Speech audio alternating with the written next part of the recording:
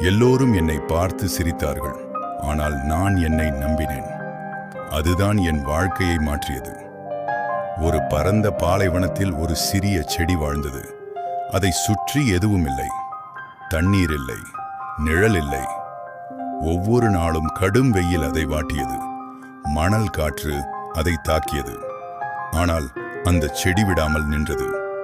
தொலைவில் பசுமையான மரங்களை பார்த்து நானும் ஒரு நாள் அழகாக வளர்வேனா என்று அது நினைத்தது.